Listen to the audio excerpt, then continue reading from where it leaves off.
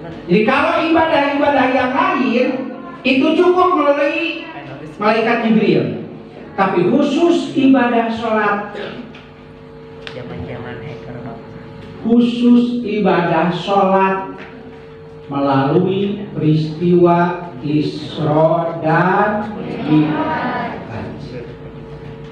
Pentingnya ibadah sholat, sehingga ibadah ini sangat menentukan. Bahkan ibu bapak yang saya hormati, kalau kita punya masalah apapun, itu disuruh oleh Allah cuma sholat, sholat, dan sholat. Kita punya masalah, ibaratnya masalah apapun, sholat, sholat, sholat. Surat Al-Baqarah ayat 45, ayat 46. Ya ayyuhalladzina amanu ista'inu bis-sabri was-shalah. Wahai orang-orang yang beriman, minta tolonglah kalian kepada Allah bis-sabri was-shalah, dengan sabar dan sabar jeung sholat. Yang punya masalah apapun cukup sabar dan sholat. Min bulat mana sabar jeung sholat itu? Benar ya dia. Ibu bapaknya hormati, wabil khusus anak-anakku, sabar dan sholat itu ternyata bukan sabar yang berat, tapi sholat. Kenapa sholat itu lebih berat daripada sabar? Kalau sabar cukup untuk orang yang punya masalah, itu harus sabar. Tapi kalau sholat, orang punya masalah atau tidak punya masalah, tetap besok pikiran nanti melayang-layang. Betul nggak? Nute ingat jadi ingat, nute apa jadi apa. Pertanyaannya, kalau kita sholat sok direncana tarak baik ngalamun, tapi osok ngalalamun. Kenapa? Dari waktu saking sibuknya sehingga ngalamun teh dina waktu aya itu di dia.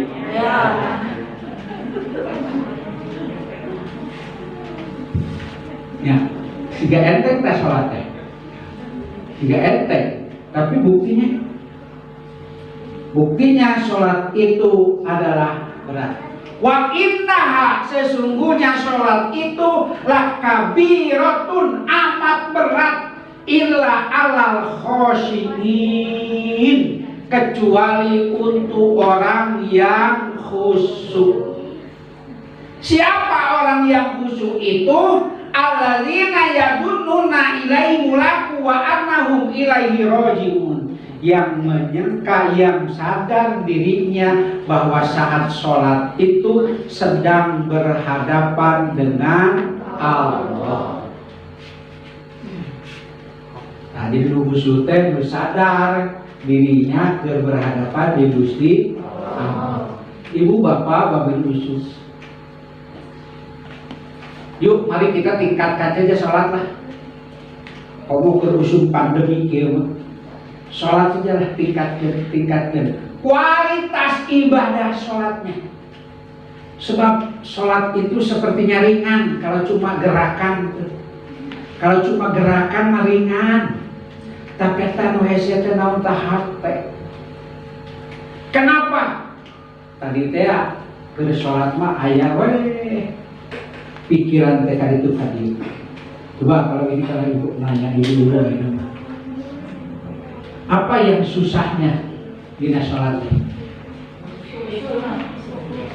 Tapi pan mesti begaan cara khusyuk. Aya wae masuk direncana tah? Kenapa? Masuk nabi pikiran gitu. Yang jadi sok ngalayan teh kunaon gitu. Sok ibu-ibu di luar mau jawab? Ya karena tidak khusyuk itu kenapa gitu. Tidak khusyuk itu kenapa? kurang persiapan, naon perlu disiapkan.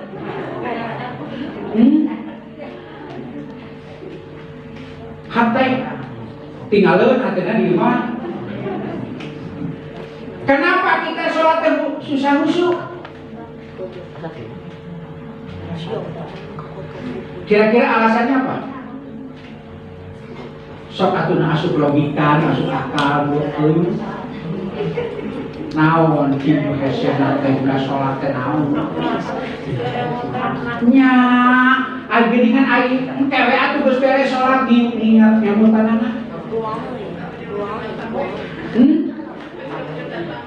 Kunaon maka ujug-ujug diodang teu? Atau direncana?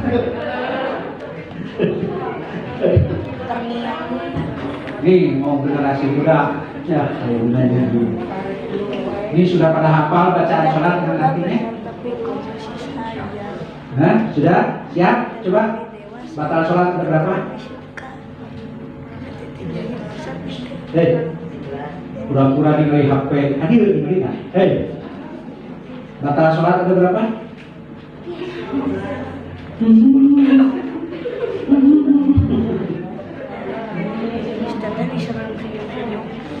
Berapa ekor itu? Baik.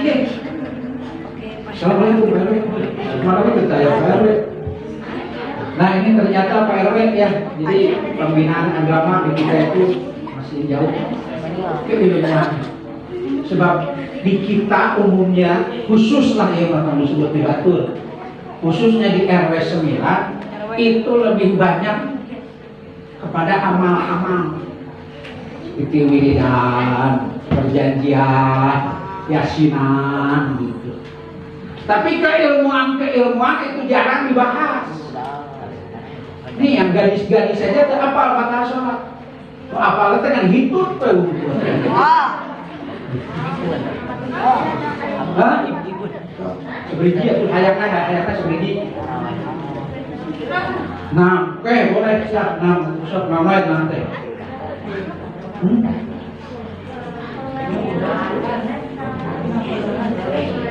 Alhamdulillah di sini. Oke, hari rukun sholat apa? Siap, ini siap. Aduh, datang ke dia juga tidak ditanya.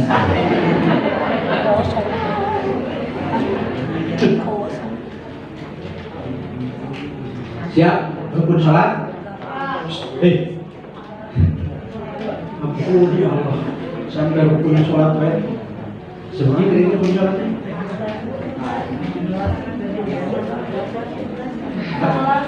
11, ayo 11, ayo sebiji 17, naik ke 11, naik ke 17, sok 17 nama siap. Termasuk salah satunya maaf kalau Pak Haji mau jujur, di lingkungan ini tidak ada anak gadis yang ikut pengajian malam Rebo. Di tempat lain ada, terutama seperti di Luganya. Jadi anak-anak gadis itu yang masih gadis itu ya, diikutkan oleh orang tuanya, ikut itu. Nah sehingga makanya Pak Haji pun ya harinya disabit seperti tadi ya, rukun sholat, batal sholat, ya syarat sah sholat dan seterusnya. Kebanyakan jangankan untuk bisa khusyuk, untuk bisa mengerti saja artinya agak sulit. Kenapa? Karena memang kita menganggap enteng urusan sholat. Padahal ibu bapak hadirin yang saya hormati, kalau kita bisa sholatnya benar, sholatnya khusyuk, suruh jimin. Tuh, minumannya mimin deui. Ibu bapak yang saya hormati, kalau sholat kita benar,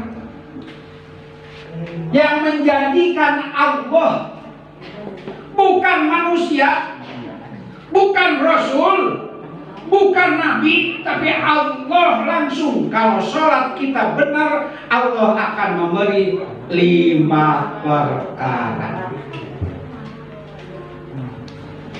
Tuh, Allah akan memberikan yang namanya kebahagiaan dan kesuksesan. Itu tertera di surat Al-Mu'minun ayat 1 dan 2. Qad aflahal mu'minun. Sungguh berbahagia orang-orang yang beriman. Siapa orang beriman yang berbahagia? Alladzina hum fi sholatihim khashi'un, yaitu orang yang khusyuk di dalam sholatnya. Tuh ibu bapak, jadi lamun hayang bahagia, hayang tenang, cukup ayeuna mah sholat sing khusyuk, sholatnya benar dan khusyuk.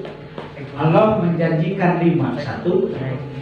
Yang kedua, kalau sholatnya benar, ibu bapaknya hormati, maka Allah akan memberikan yang namanya ketenangan. Sabab lamun hati tenang, loba duit ge nikmat. Nyaminnya terus ya. Allah akan memberikan ketenangan, kenyamanan. Kata siapa? Kata Allah. Di surat Ar-Ra'd ayat 13 disebutkan, alladzina amanu wa tatma'innul qulub bi dzikrillah. Bahwa zikir itu adalah apa? Soal zikir itu akan menenteramkan hati. Nah, ditafsir di surat Toha ayat 20. Aqimis sholata lidzikri, dirikanlah sholat untuk mengingatku. Jadi lamun sholat teh eta teh keur ingat ka Gusti Allah. Urang sok ingat wae atawa aya nu henteu. Loba henteu, loba ingatna.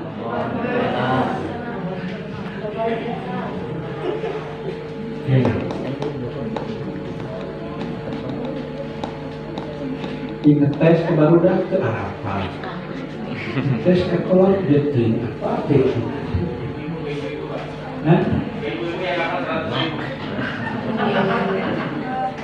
Siap ya PRW ya? Saya juga siap. Ibu-ibu yang hafal tadi, ya, yang pokoknya yang diomongkan ke di akhir ya PRW ya? Siap. Setiap ada pertanyaan 100.000. Siap ya itu siap ya? Siap. Cici pengen ningali lampu. Sudah kaya. Sudah tak ada kemampuan ningali lampu.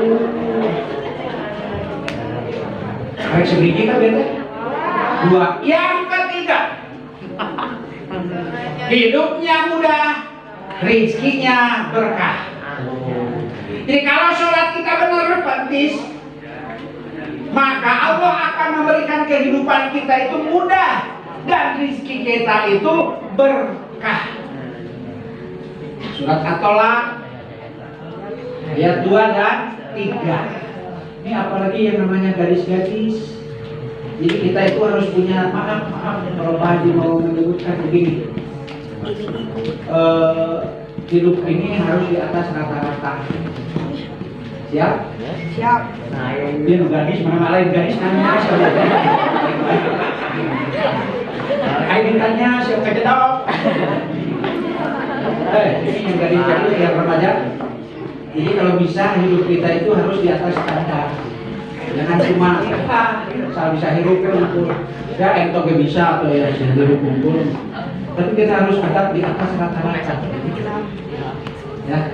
Jadi nanti kalau punya suami, itu suami nanti kamu terbaik pun hari ini, kalian soleh.